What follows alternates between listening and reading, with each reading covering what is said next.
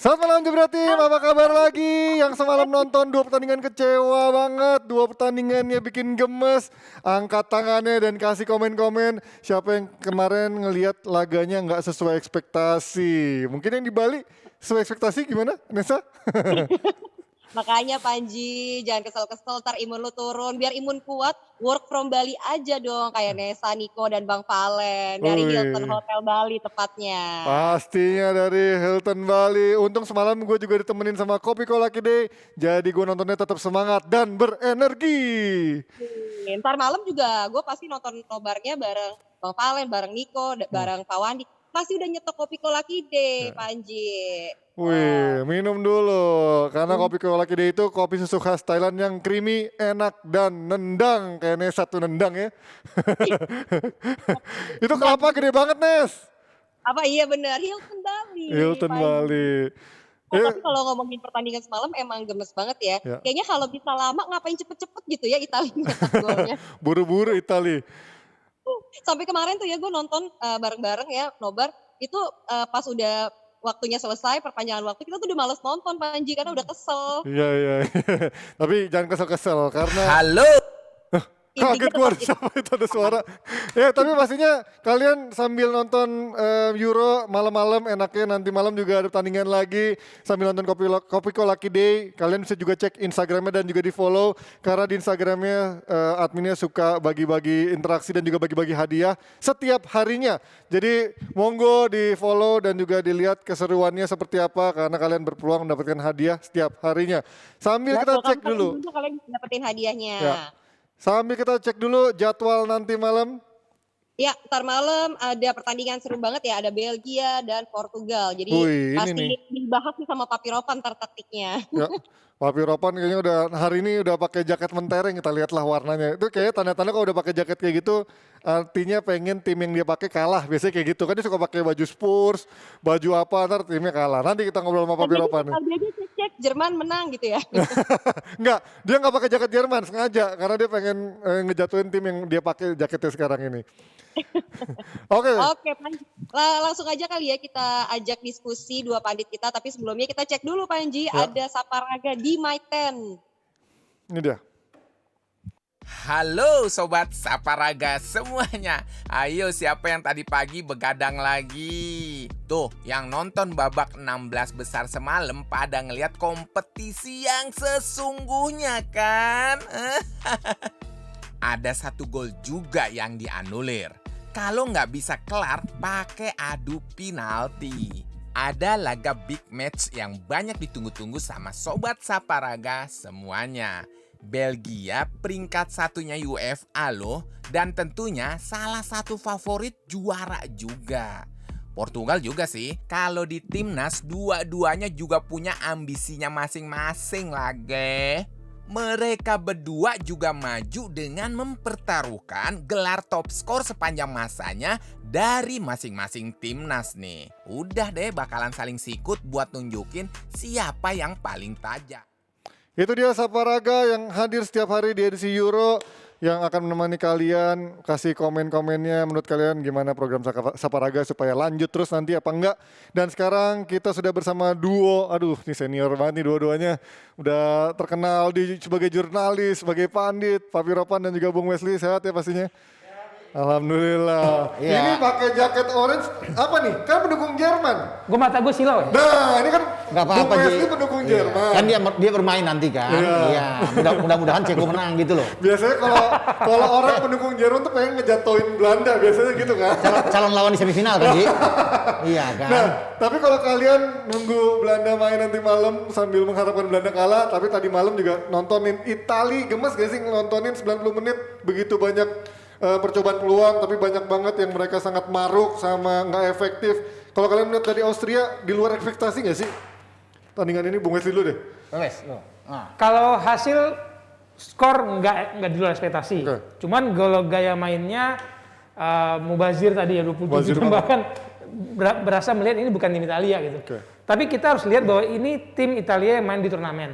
Setelah mereka gagal di Piala Dunia 2018, Italia belajar banget. Revolusi lakukan Mancini, memanggil bahkan 2 pemain Sassuolo. Sassuolo, Bos. Sassuolo, Berardi dan juga Iya. Locatelli ya. Locatelli begitu bagus main sampai diganti oleh Verratti, menurut saya itu mengurangi daya serang Italia langsung berubah. Nah, mereka tim yang siap main di turnamen, bukan tim yang sekali gas hilang gitu. Jadi kalau kita lihat nunggu hasil mungkin sudah sesuai, tapi gaya bermain mereka memang sepertinya agak mengejutkan, harus melewati Austria. extra time.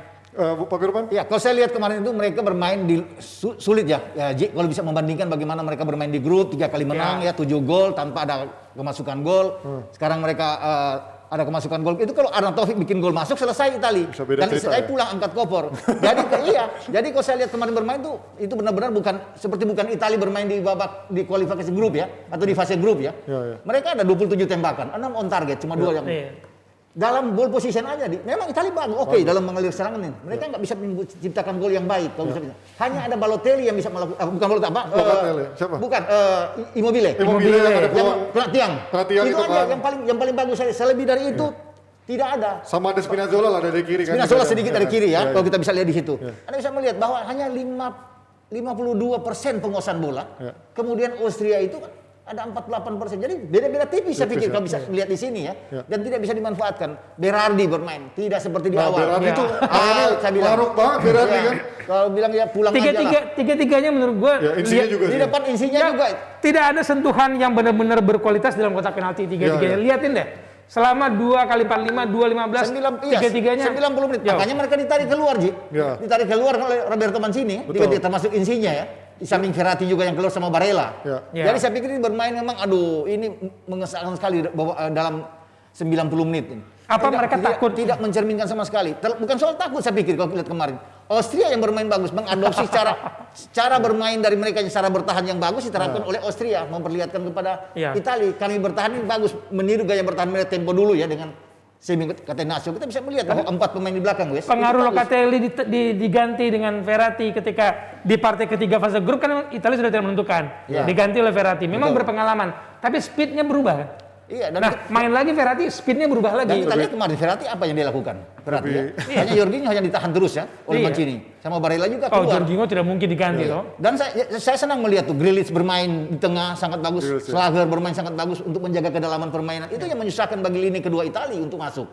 Jadi ini enak. Apa ini faktor karena ini kan selama ini Italia banyak orang yang bilang emang nggak ada pemain top tapi mereka mengandalkan kolektivitas dan juga kerjasama. Tapi kan biasanya dimotori gelandang-gelandangnya yang memang sangat mobile memberikan kreativitas untuk striker-striker. Tapi kan striker-striker ini benar-benar nggak ada yang world class gitu. Karena inilah Ya. faktor yang membedakan Italia mungkin dengan tim-tim besar lainnya gitu. Striker yang memang nggak begitu world class di kotak Ya, cuma penalti. kalau saya lihat kemarin itu mereka terlalu pede masuk lapangan, terlalu percaya diri.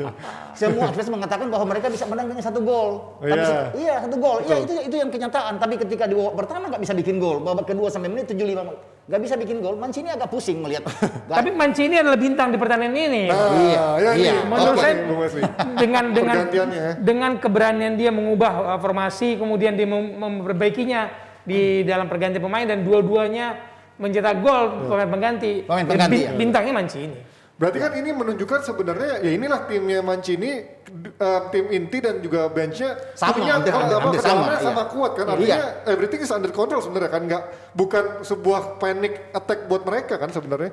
Ini enaknya Italia. Bayangkan kalau ini Portugal, pelatih dan pemain bintang itu bisa jadi sama dalam memberikan suara. Tapi kalau di Italia, Mancini adalah Semua dengar Mancini. Iya, Dan Mancini. Mancini memang harus mengubah itu ya. Ketika mereka tidak bisa ada deadlock di sini, tidak bisa bikin gol, dia memang harus melakukan itu. Iya. Makanya dia harus memasukkan Chiesa di sini yang lebih Iya. lebih cepat ya. Bahkan Pessina bisa. Iya, Belotti Pessina sudah 2 gol loh Iya. Pessina. Ini pemain yang hampir tidak dibawa kalau nggak cedera Sensi. Iya. Ini nggak masuk di pemain Atalanta ini, tapi akhirnya dia bisa bersinar di sini. Jadi saya pikir memang Mancini harus bisa melakukan. Kalau Mancini tidak melakukan perubahan, artinya tidak ada plan B yang dilakukan ketika deadlock 0-0, ini bahaya wes. Iya. Iya kan? Kalau bisa melihat. Sepakat ya, Bukan kita iya. sepakat. Mancini benar-benar punya racikan strategi yang membuat Italia mampu bisa mengubah permainan. Iya. Dan jangan lupa Donnarumma juga on fire ya. Iya kemarin Oke. ya, berapa kali. On fire ya. Nah kalau kemarin melihat golnya Chiesa yang ini mungkin ada sedikit lucknya juga, dia ada celah di sana dan itu sebenarnya golnya juga kayak sedikit kurang meyakinkan gitu kan. Kepalanya nggak pas. Iya, kayak ada yang nggak pas gitu kan kalau kalian. Tadi gue pikir handsball awalnya. Ini handsball. Karena ini antara kepala dan tangan Iya. dan juga nggak meyakinkan. Ini kalau kalian melihat kemarin golnya Chiesa ini faktor memang inilah membedakan konsentrasi dari pemain Austria udah menurun. Mereka nggak punya kedalaman squad yang sebagus Italia gitu. Ini membuat akhirnya Australia jebol menurut kalian. Saya pikir gini, dia bisa membuat gol, ini ketenangan juga. Kalau dia tidak punya ketenangan, Ji, ini sulit pemain. Berada di kotak penalti dia masih bisa mengontrol bola. Iya. Kemudian ada pemain Austria yang masuk mendekati dia dan dia masih bisa melewati satu ya dengan Satu keeping, sentuhan dengan itu ya, keeping, satu bola sentuhan. ya. Itu ketenangan. Kalau dia buru-buru nembak belum tentu masuk, guys. Iya kan? Tapi dengan dia mengkeeping ke kiri dan melepaskan tembakan luar biasa.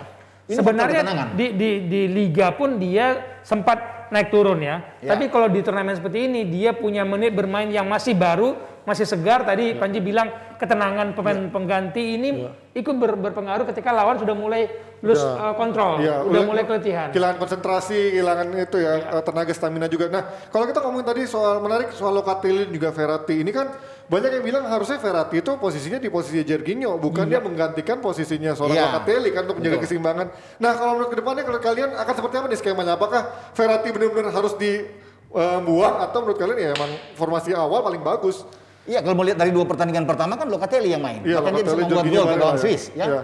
Karena memang diuntungkan sebenarnya itu Verratti, Ji. Iya. Cuma karena dia mungkin cedera, jadi Locatelli ketika lawan Turki kan Dari itu udah klop sebenarnya, udah dapet iya, chemistry setelah- Verratti juga baru sembuh cedera Iya, baru menurun di sempat PSG. dimainkan ya, lawan Wales dia dimainkan. Tapi kekuatan Italia di kiri itu sebenarnya sudah kan Spinazzola di kiri gitu kan. Locatelli di kiri sebenarnya itu sudah menjadi kekuatan Italia di 2 pertandingan awal. Oke. Nah, belajar dari kemarin mereka juga ada sulit membongkar tim yang memang rapet banget dan juga dan juga sebenarnya mereka ternyata punya celah juga nih untuk dijebol sama Austria. Apa yang bisa menjadi analisa buat calon lawan Italia? Kelemahan apa yang bisa dilihat dari Italia kalau melihat pertandingan kemarin? Ini kalau menurut saya ya, guys, kalau saya bisa melihat Ji ya. Ini kalau lihat kemarin kan itu lebih banyak itu Spinazzola itu bermain lebih banyak keluar ya Spinazzola tuh, Ji. Lebih banyak menyerang. Nah, ini berbahaya kalau ketemu dengan tim yang punya kecepatan yang luar. Ini kan kosong nih sisi kiri ini karena dia terlalu banyak. Memang pemain bagus, oke. Kita sepakat, tetapi kan sisi ini bahaya. Mungkin itu sebabnya Verratti ditaruh untuk mengisi posisi Spinazzola itu. Mungkin. Betul juga. Karena terlalu banyak naik ya bantu serangan ya. Jadi butuh orang yang stay Ini di kan belakang. baru lawan Austria loh. Mereka sudah dapat ujian seperti ini dan harus lewat perpanjangan waktu ya. Dia mau mengarah belum lawan Jerman. Dia mau mengarah ke situ. Nah ini gue selalu menanyakan sama pandit yang hadir di sini kan selalu ada nyinyiran dari netizen, dari juga hatersnya Italia. Iya. Dia selalu mendapat tim-tim yang sedikit di bawah dia gitu kan levelnya. Kalau mendapat menghadapi tim-tim yang memang secara historical kuat gitu, ya, sebutlah Jerman, terus juga Prancis, Portugal. Ini gimana Italia menurut kalian? Di grup A kan semeyakinkan ini? Di grup A kan 3 lawan itu kalau saya bisa katakan kerupuk semua kan. Ya kan tadi kan gue bilangnya halus pi di bawah levelnya Italia gitu. Turki lu lihat main Turki bagaimana sih main Turki kan? Kebab, Swiss. gitu, kebab. Wales aja bermain dengan ada 8 pemain yang di bangku cadangan itu. Saya Iya kan? Wales dengan pemain Inggris. Cuma 3. Ya, Liga Inggris enggak. Teman-teman Austria ini enggak apa tim ini seperti ini kan ini masih di bawah. Tapi sejarah head to head mereka juga ngeri. Betul. Austria bukan lawan yang mudah untuk ditaklukkan oleh Italia. Dan ini turnamen, lagi-lagi ini turnamen. Saya bilang bahwa Italia dengan langkah mereka di fase grup yang begitu bagus ya. Jarang kebobolan, ini partai ke-11 kan kebobolan kan? Iya. Baru kebobolan dan itu sebenarnya bukan pekerjaan mudah bagi Di fase grup bagus Mancini. karena kerupuk yang dilawan kerupuk semua jadi kelihatan bagus. Artinya baru ujian sebenarnya di fase berikutnya nih ya. Nah, kalau lawan dia kita perempat tunggu final, ya. Ji.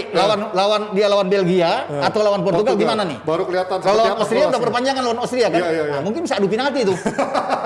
Sebelum kita nanti bahas yang pertandingan nanti malam, kita lihat dulu pertandingan yang juga tadi ada tim kerupuk yang kita bahas juga Wales gitu kan.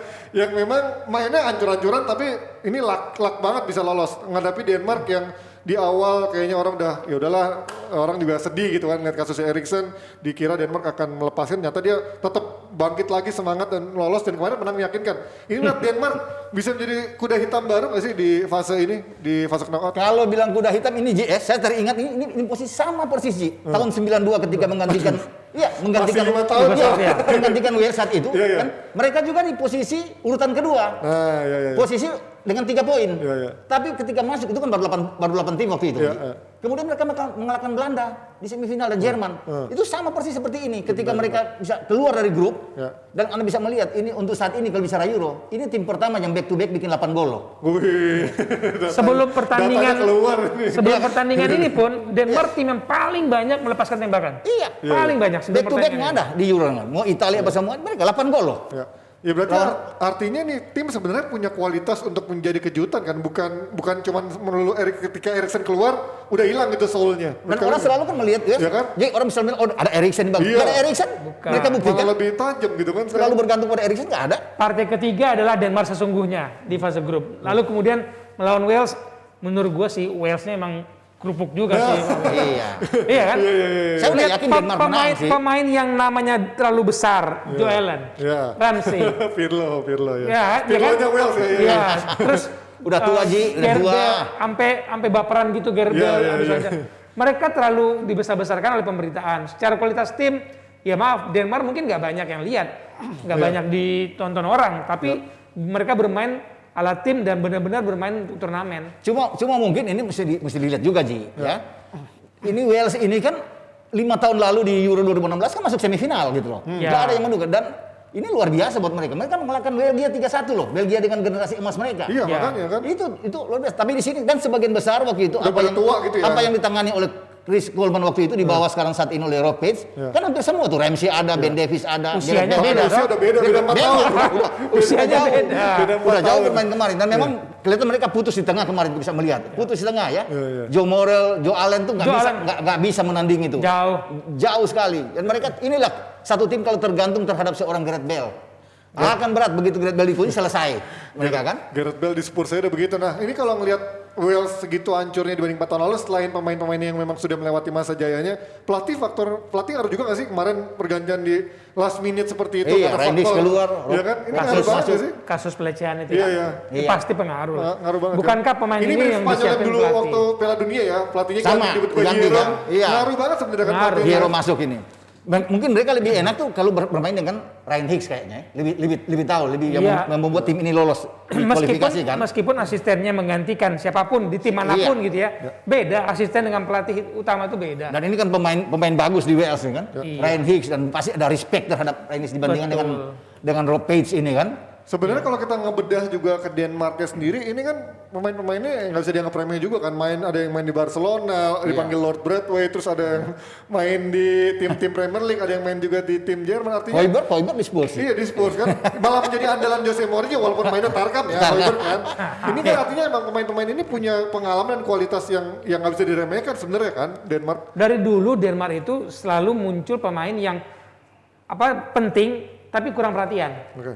Dan Iya. dan kalau kita lihat ketika dia lolos dari grup ya, saya ini bilang Denmark ini bahaya, bisa ke final. Denmark, Kroasia bahaya. Tunggu aja. Paling tidak ke semifinal dan kalah sama Jerman sih. Lihat jalurnya seperti apa Kenapa nanti. harus kalah sama Jerman? Iya dong. Jerman kenapa harus Jerman lagi ya nanti kita bahas Jerman ya. Iya. Udah, oke, kita sebelum lanjut panggil yang di Bali dulu dong. Nesa. Panji, ntar malam Belgia Portugal pasti seru banget. Kira-kira lo nobar di mana, Ji? Ada Ya, nobar gak di Jakarta? Menurut Ngana ya di rumah aja lah. Nah, kalau kita sih nobarnya di Hilton Bali, Panji. Wih, mantap. Lo gak mau pasti nyusul ke Bali? Aduh takut. gua lebih takut istri pada takut itu. Naik mobil aja biar kita ajak keluarga lo. Oh, iya, Jangan lupa iya. makanya lo harus GeForce dong. Jadi lo Mantap. gak takut berpergian jauh ke Bali naik mobil, Ji. Wih. Fast Moving Automotive Parts punyanya Indonesia. Nah tapi gue gak sendirian, kayak gue cerita sama lo kan, lo naik mobil aja kayak Niko, karena ada agen Niko juga di sini. Wih. Penasaran? Agen juga ada laporannya loh dari Bali. Kita lihat ini dia laporan dari agen Nico di Bali.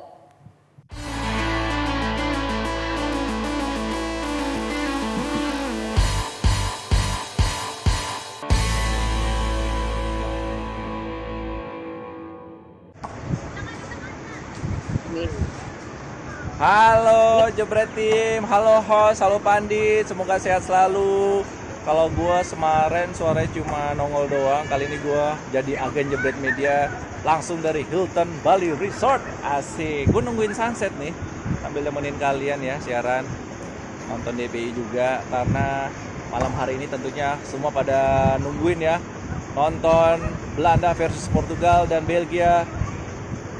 Belanda versus Republik Ceko, Belanda, Republik Ceko, kemudian Belgia versus Portugal. Aduh, banyak pertandingan seru. Kemarin sudah begadang nih sama bos-bos, ada Valen, ada Nesa, ada Bang Simon, ada Pak Wandi, nonton Wales, kemudian nonton Denmark juga, nonton Italia, Austria. Tapi malam hari ini jangan sampai kelewatan ya, karena seru banget ya. Mau ngelaporin dari mana nih? Tempatnya kece-kece semua di Hilton Bali Resort ini. Kalau di sebelah kanan gua lihat ya. Itu ada pool yang gede banget. Nah, ini dia nih. Ini poolnya untuk family biasanya. Jadi bisa main basket, main volley, kemudian main pasir anak-anaknya. Tapi kalau anak-anaknya pingin main perosotan, ada tuh pool di sebelah sini. Nah, itu ada perosotan kecil, bisa berenang-berenang lucu di sini sama ibunya atau anaknya. Nah, buat kalian yang nginep di sini dan dapat lantai 1, lihat di belakang gua ya. Itu ada pool, langsung depan kamar pool. Enak banget. Karena dari kolam yang besar ini, kalau sebelum ke pantai bisa whirlpool sebentar mungkin. Ini dia whirlpoolnya. Nah ini, di sini ada tempat main tenis di pantai. Jadi banyak spot kece sambil menikmati sunset dan memprediksi 2 pertandingan malam hari ini. Tapi itu baru sebelah kanan gua. Kita lihat sebelah sisi kiri gua ya. Jadi berarti jangan ragu untuk menginap di Hilton Bali Resort karena tempatnya kece banget. Ini muka udah agak gosong nih. Dari pagi sarapan sampai sekarang ini belum pulang ke kamar ya, belum balik karena tempatnya banyak banget yang bisa dilakukan. Nah, gue paling betah di sini nih. Karena ada perosotan. Wah, Ini perosotan cukup tinggi lihat tuh ya. Ada yang merosot tuh. Kita lihat. Cakep banget lah di sini spotnya. Kemudian di sini juga ada bar atau kafe, jadi kalian bisa menikmati makanan atau minuman langsung dari Hilton Bali Resort. Nah, kadang kalau kalian beruntung nih bisa bertemu dengan teman-teman yang turun dari bukit. Ada monkey turun bermain di sini, tapi jangan di feeding ya. Jadi kebiasaan mereka nanti terus nggak pergi gitu kalau ini. Ini nggak apa-apa. Gimana ya enaknya? Kalau gue sih berada di rooftop di gedung bagian tengah, di bawahnya ada kafe.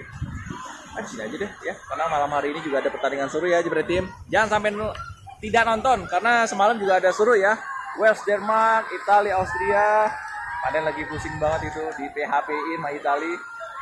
Tapi yang jelas malam hari ini Belanda sepertinya tidak kesulitan untuk mengalahkan Republik Ceko karena Belanda jadi tim tersubur, peringkat pertama di grup. Pemain-pemainnya mulai gacor, Tagol, Depay, Wijnaldum. Itu jadi tulang punggung Belanda ya untuk menjebol gawang Republik Ceko. Apalagi dengan total footballnya malam hari ini udah kangen nih seperti Coach Justin ya, melihat Belanda lolos sampai ke final kalau bisa juara. Republik Ceko ya gitu deh di grup, mengandalkan sejarah juga 2 kali mengalahkan Belanda 2014-2015. Seperti kali ini Belanda beda, bisa mengalahkan Republik Ceko walaupun menang tipis saja sudah cukup 1-0 buat Belanda untuk lolos ke babak selanjutnya. Tapi yang gue bikin pusing adalah nanti jam 3 ini pertandingan seru nih. Ada Belgia versus Portugal. Ini Portugal kenapa yang lini belakangnya sudah kebobolan 6 gol, 2 on goal pula.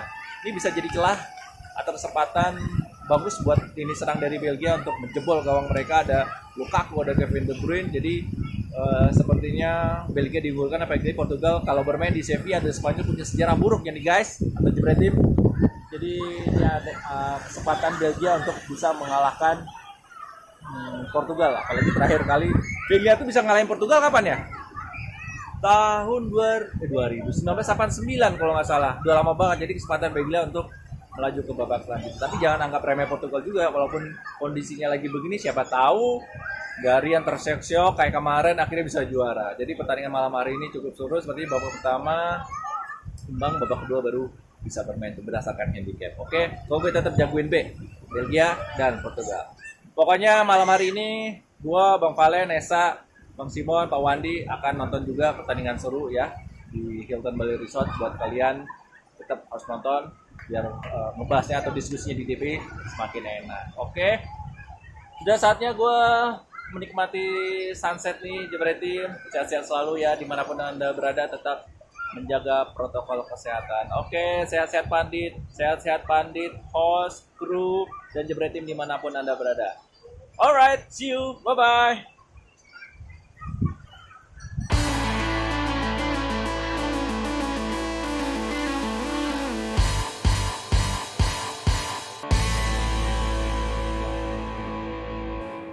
Itu dia agen Vaniko dari Bali ngasih itunya kece banget, pemandangannya, reviewnya udah kece banget. Hilton Bali pas udah ngasih analisa bolanya nggak malu, ada Bung Wesley sama Papi Ropan ngasih analisa yang biasa aja sama prediksinya. Oke, kita langsung ngomongin. Mau diketawain sama mereka. Aduh, gak usah lah kasih-kasih. Lu yang jahat, gak usah dah. Udah kasih analisa bagus-bagus. Gak usah kasih analisa, ada Bung Messi Ropan. Kita gak perlu, orang mau dengerin ini 2 orang. Oke, kita langsung ngobrol ke Portugal, Belgia. Nanti malam sebelum kita ngomong ke bedah kekuatan timnya, pasti orang melihat 2 ikoniknya, 2 striker yang sama-sama subur. Romelu Lukaku yang berotot dan juga Cristiano Ronaldo yang berotot juga. Ini sama-sama subur, sama-sama menjadi tulang punggung dalam cetak gol. Kalau kita ngelihat dari penampilan seorang Lukaku dulu nih, bahkan di konversi sebelum pertandingan dia bilang orang selalu ngomongin Benzema, Harry Kane, Suarez sebagai world class striker. Begitu ngomongin Lukaku, good form doang, gak pernah ngomongin world class striker. Ini kalian melihat pendapat seperti ini seperti apa? Memang Lukaku belum mencapai level itu atau memang seorang dia sering menjadi apa ya, pemain yang underrated? Kayaknya di underrated itu pas sebelum di Inter deh. Oh iya. Setelah di Inter, Baru mulai orang mengakui kemampuan. Ini emang beda kalau Iya, Liverpool ya iya. ngomongnya. Arahnya ke situ pasti. Ini bukan soal. Bagaimana kemampuan dia di Everton dibeli dengan mahal oleh MU, kemudian Nggak keluar. menurut gue nggak cocok gaya mainnya di Iya, situ. sama Jose ya. Nah itu sudah hilang tuh dia sebagai striker yang ditakui orang. Ketika dia pindah ke Inter dan menemukan kembali gaya bermain yang cocok buat dia, dia mendapat ruang yang gede, yang ruang banyak. Padahal di Itali dapetin ruang susah loh Ya. bermain, dan dia dapat tempat itu dan tandem yang cocok di tengah, hidup lagi, muncul lagi. Dan kalau dibilang perbandingan sama Ronaldo ya masih jauh. Nah ini kan Ronaldo juga banyak yang bilang usianya sudah melewati masa jaya, udah nggak sehebat dulu, mungkin bakal menjadi apa ya, dia lebih banyak sebagai faktor butuh pengalamannya dan juga senioritasnya di ruang ganti. Tapi ternyata masih subur juga dibanding yang lain gitu. saya pikir tidak juga ya. Kalau bicara dia nggak ini, buktinya kan bagus. 5 Makanya, gol, ya kan? masih di atas dan calon top skor lagi Masih nih. dalam peaknya performance Dan juga. semua rekor kan dipecahkan dia pada Iya. Euro kali ini. Ya. Rekor Platini, rekor Klose, Alidai, kan semua bagus. Dan dia Tiap masih turnamen cetak gol susah ya. Dan dia kan satu-satunya pemain dan dalam 3 pertandingan itu selalu membuat gol. Di Euro kali ini kan. Ya. Dengan 5 gol selalu bisa membuat gol Rapi dalam ya. 3 pertandingan. Rapi Jadi banget. ini pemain yang luar biasa, masih punya satu kesempatan di usia dia yang mungkin 35, dia masih punya satu kesempatan 1 tahun bermain di Qatar juga di Piala Dunia, dan dia tetap akan menjadi tumpuan harapan bagi Portugal saat menghadapi Belgia. Jadi ada 2 ya. Dia sama Lukaku memang. Lukaku diuntungkan juga dengan ada KDB, banyak pemain-pemain yang mensuplai bola. supplier ya. Sebaliknya juga bagi CR7 kan semua harus menyuapin dia. Harusnya. Ini yang gua mau bicarakan itu, Dari- Bang Ropan. Bagaimana kalau di partai pertama kita lihat Ronaldo itu emosi marah ketika Diogo Jota nggak beri bola. Maruh. Iya, kan? Iya, Iya, marah banget. betul. Tapi disitulah sebenarnya kekuatan Portugal. Kalau semuanya menjadi pelayan bagi Ronaldo, ya kalau gue pelatih lawan Gampang terbaca ya masih gitu kan. bisa gitu. Ya. Nah begitu orang menunggu nggak ada Bruno Martinez nih, gitu kan? Ya. Diogo Jota berani main begini nih, atau Bruno semua yang main, yang dimainkan itu bukan lagi pelayan Ronaldo. Ini gue tunggu, dan menariknya adalah Ronaldo mulai marah dan mengeluarkan kemampuan terbaiknya. Mungkin itu juga strategi si pelatih. Oke, ini kalau kita melihat Portugal yang begitu pragmatis dan juga nggak konsisten di fase grup ya, dia bahkan kalah sama seri ya. Ya. Artinya Kalau lawan siapa lu ngomong dulu. ya, nggak usah disebut itulah. Menang sekali, ya, kalah sekali, seri sekali ya. Justru menang lawan tim yang nggak bisa dikalahin sama Jerman dan juga Prancis gitu ya. Iya. Tapi kalah sama Jerman, seri sama Prancis. Tapi ini banyak yang mengkhawatirkan dengan adanya Bruno dan juga Ronaldo ya gitu. Mereka dibilang nggak bisa bermain bersama. Bruno terlalu bahkan ada yang ngata-ngatain dia terlalu ekspresif, nggak menghormati pemain-pemain lainnya di lapangan. Kalau ada bola salah lepas marah-marah. Ini Bruno emang nggak cocok sama gaya mainnya Fernando Santos apa gimana menurut Ya, kalian? dan 2 pertandingan pertama kan dia bermain tidak begitu bagus dan nggak bagus, nggak mengesankan. Makanya dia ditukar sama Renato Sanchez Ya. ketika dalam pertandingan terakhir melawan Prancis. Habis itu terakhir Joao Moutinho ya masuk Iya, ya? dan sama Joao Moutinho yang masuk. Juga ada Carvalho yang juga ditarik keluar karena bermain dengan 2 DM mereka kan tidak cocok. Ya. Nah, kalau bicara cocok atau tidak cocok kan Bruno sudah lama dia bermain sama Ronaldo di timnas. Yes ya. Jadi kalau bisa melihat di sini memang Portugal itu butuh seperti Renato Sanchez dan Moutinho untuk bisa mendukung Ronaldo. Oke. Kalau bisa melihat Bruno ya udah bermain di MU aja dia, ya kan? Nggak usah di sini lah dia. Ya. Kalau gue melihat Portugal butuh satu kapten di lapangan. Oke. Kapten laginya di bangku cadangan. Kalau ada Bruno, ada 2 kapten. Karena dua-duanya sama ngasih instruksi ya. Nah, Bruno, nggak boleh ada dua Ronaldo. matahari ya. Van Tos mungkin melihat di situ. Tidak boleh ada dua matahari. Tidak boleh Karena dua matahari. Bruno di klub Begitu. sebelumnya pun, kalau saya ngomong Iya, di klub sekarang, Sporting ya. di Sporting dia adalah Vokal orang banget yang ya. sangat. Nah, Iya. ketika di timnas sekarang, Ronaldo kan paling nggak mau Iya. mendapatkan pesaing di lapangan. Tapi kan kalau kita melihat juga dulu sebelum Bruno begitu outstanding di MU, dia juga masuk timnas Portugal tapi nggak pernah inti kan. Iya. Artinya memang berarti ada yang salah dengan game-nya Bruno yang mungkin nggak cocok sama game-nya Fernando Santos. Mungkin karena faktor itu, dua matahari itu. Kalau nggak cocok ya, kalau nggak cocok kan ngapain dia dipanggil internasional? Nggak usah panggil ke gua. Iya mungkin No, dia buat backup lah. punya individualis sebagai kedalaman kan. Dia tetap punya skill, tetap punya talenta. Tapi Portugal kan punya secara- kedalaman yang bagus sih. Lu Iya. lihat gelandang-gelandang Portugal kan? Tapi yang kreatif dikit dong, Pi. Yang kreatif kan dikit kan, cuma Coutinho. geografinya doang kan. Tapi kemarin nggak kreatif amat nih Bruno. Ya semua juga. Nggak ada. Bernardo Silva aja kemarin main jelek nih lawan Jerman.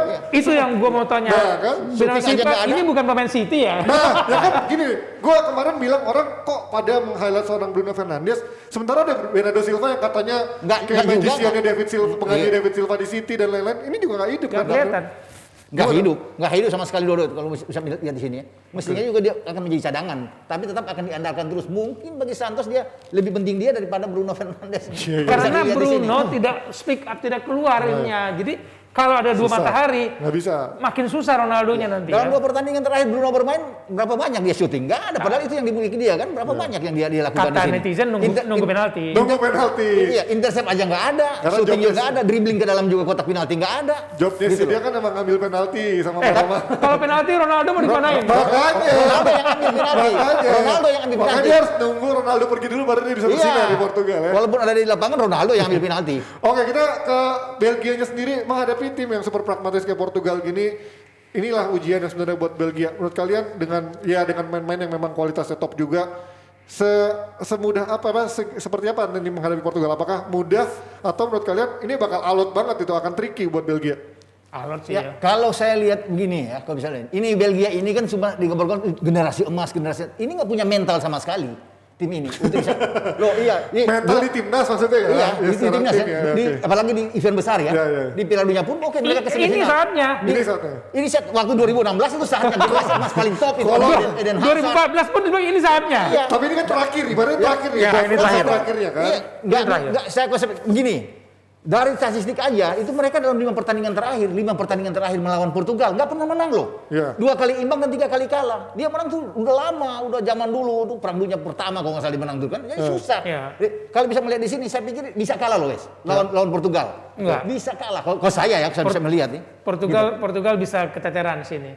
Ini fase ini generasi emas ini udah habis nih. Aduh. Udah habis. Ini terakhir. Kalau masih gagal juga, ya lu generasi perak, generasi perunggu lah gitu ya. Tapi kita lihat ya bagaimana di era Martinez hanya 2 kali mereka tidak mencetak gol dari 58 pertandingan. Ini tim produktif banget. Produktif banget. Kecuali kalau nanti mereka bermain lagi dengan strategi sama lawan Kroasia. Oke. Main di tengah terus. Dapat ya. Karena ini main turnamen kan. Iya, iya. Lu ngapain main terbuka lawan Portugal, selesai lu Iya, lawan Portugal. benar. Nah, mungkin ini yang kita tunggu. Kalau Belgia punya cukup strategi yang mengejutkan Portugal, nggak jual beli serangan, saya masih pegang Belgia. Belgia. Di Piala Dunia juga mereka produktif banget kok di Piala Dunia di Rusia. Di grup juga produksi banget. Tapi Iya kan? waktu itu ngegas terus. Dan Lukaku bikin gol terus. Begitu masuk di fase grup nggak pernah bikin gol Lukaku waktu di Piala Dunia. Sama juga 2016. Oh bagus. Melawan Wales kalah 3 gol kok bagaimana? Iya kan ada Eden Hazard, ada Lukaku, ada Kevin De Bruyne, ada Vincent Kompany, ada Toby Alderweireld, ada Vertonghen di sana. Belajar dari Habis. situ, Bos. Belajar dari situ mereka. Belajar dari situ ya? Ini Tapi momentum lawan terakhir. Wales yang jadi kerupuk melawan Denmark kan, jadi mereka kalah 3-1. Aduh, tim hebat loh. Satu Oke. kelas di atas Wales. Kalah 3-1 Wales. Berarti kalau Bung Wesley masih menjagokan Belgia, skor tipis atau alot apa meyakinkan lawan Portugal? Gue bahkan mungkin berharap 3-2. 3-2 dari Serang-serangan. Belgia tapi ya. Iya. Banyak gol. Oh, Papi Roman Ini bisa perpanjangan waktu sih, bisa Oke. perpanjangan waktu dan mungkin adu penalti. Tapi kalau di 90 menit, saya pikir siapa yang membuat 1 gol itu akan menang. Baik Belgia atau Kalau Portugal. Papi lebih ke Portugal. Portugal. Iya. Oke, jadi prediksi dari Bung Wesley dan juga Papi Roman. Kita akan membahas pemain tim yang juga akan bertanding nanti malam. Timnya Coach Justin. Belanda. Tapi sebelum kita ngomongin Belanda, kita mau lihat dulu analis dari pemain yang juga ada keturunan Belanda. Ini dia. Halo Jebret Team. Lihat ya, saya sedang bersama dengan Oh, ada Mark Klok di sini dan saya disaksikan oleh beberapa orang di depan ya. So, it's tidak sengaja ya, coincidence we meet here with Mark Klok, bro.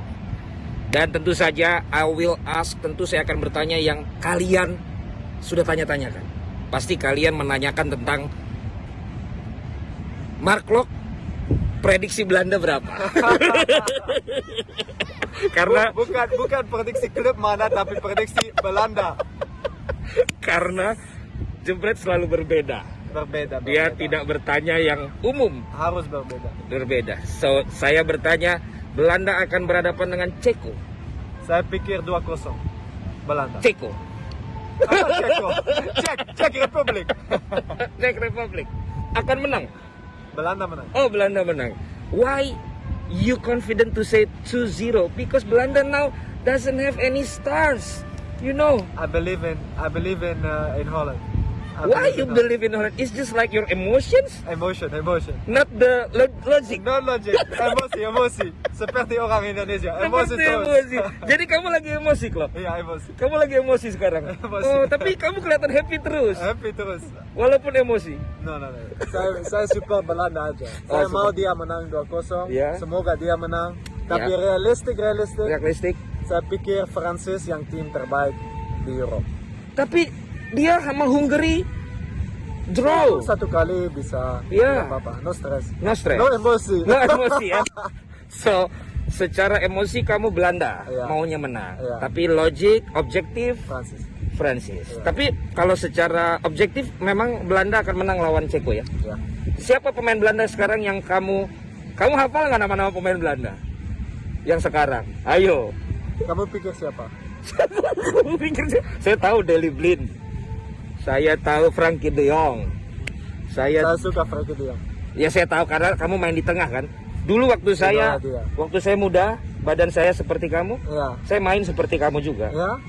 Ya. Saya lihat di YouTube. Itu sudah gemuk. Tapi saya juga di midfield. Ya. You know, we have to play together sometimes. Let's go. Is it possible? Celebrity FC. Oke, brother. Okay, Thank brother. you so much. Thank you. Jadi Belanda. Belanda. Oh, jadi kamu akan ke Belanda nih? Jangan. Oh, jangan. Indonesia, tetap Indonesia. Oh, tetap Indonesia. Saya cinta Indonesia. Kamu cinta Indonesia ya. Saya juga bangga kamu jadi orang Indonesia dan kamu cinta memang dengan Indonesia. Oke. Thank you, bro. Thank you, bro. Thank you. Sehat terus. And one more thing. Yes. We have Jebret Talks. Okay. Interviewing players. Okay. Maybe someday I can invite you Let's go. to interview with Why you. not? Yes. Thank you so much. I'm the biggest fans of Mark Klok. MK, Mark Klok and Michael Kors. And siapa lagi? Siapa lagi MK? Mas Kasang. Aduh, ini gimana nih? Aduh, saya nggak mau komen ah. Pantesan ada di komen. Udah. Itu dia analisa dari Mark Klok yang lagi nggak punya tim tapi lagi ada di Bali. Ini kayaknya tanda-tanda dia mau main di Rans Cilegon kali ya. Liburan dulu ke Bali, harusnya pulang main di Cilegon atau gabung sama Celebrities FC. Oke. Tapi gue tahu main di mana dia. Mana? Udah ada bocoran ya? Ya. Di lini depan. Iya, gelandang. Gelandang serang. Oke, kita ngomongin Belanda tadi yang sudah juga dianalisis sama Mark Klok juga yang memang jadi negaranya juga. Belanda akan ketemu Ceko yang sempat tampil mengejutkan di awal laga walaupun makin kesini makin ngedrop tapi cukup punya pemain yang memberikan kejutan termasuk Patrick Schick dan teman-temannya. Ini kalau kita lihat Belanda yang sangat produktif, sangat kelihatan ofensif menghadapi Ceko yang punya counter-counter berbahaya ini akan seperti apa ngeliatnya Bung Wesley? Semua orang ngomongnya Patrick Schick gitu ya. Iya. Ya, Orang melupakan yang lain ya, Kuka. gue senang karena dia main di mana?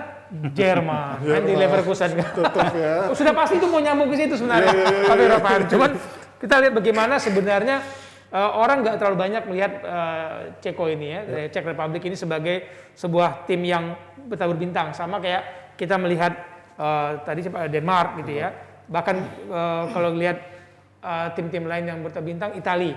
Nggak ada bintang utamanya, semua adalah bintang. Tapi ketika Patrick Schick ini luar biasa ya. Hampir 67% kontribusi serangan gol dari Ceko melalui dia gitu. kemudian orang melihat, sudah, Proteksi kalau doang. ini dimatikan lini belakang Belanda yang sedikit menurut gue sih sedikit agak teledor. Ya. Nah, pertanyaannya adalah berapa kebobolannya Belanda. Bukan lagi berapa menang Belanda. Belanda gue masih lihat menang, tapi berapa kebobolannya. Oke, Ya, Bri, gimana? kalau saya lihat memang semua orang kan sekarang tertuju kepada Belanda semua. Ya, oke, saya akan coba melihat bagaimana Republik Ceko ini ya. Tidak hanya akan bergantung kepada seorang Patrick. Saya akan melihat bagaimana dua gelandang mereka yang pekerja keras, Thomas Soucek ini dan Thomas Holles. Kalau mereka mampu, paling tidak nggak usah terlalu banyak untuk bisa bagaimana melakukan marking kepada Depay di depan mungkin atau Weghorst apapun yang dimainkan atau ada Malen di sana. Tapi bagaimana dua ini bisa meredam itu pemain dari lini kedua Belanda terutama adalah Gini Wijnaldum. Ini yang saya akan lihat. Ya, Karena Gini Wijnaldum bahaya loh.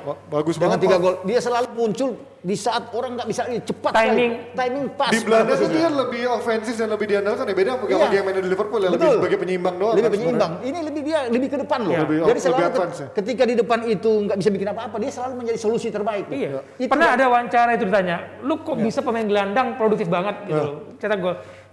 Jawabannya nggak ada rahasia.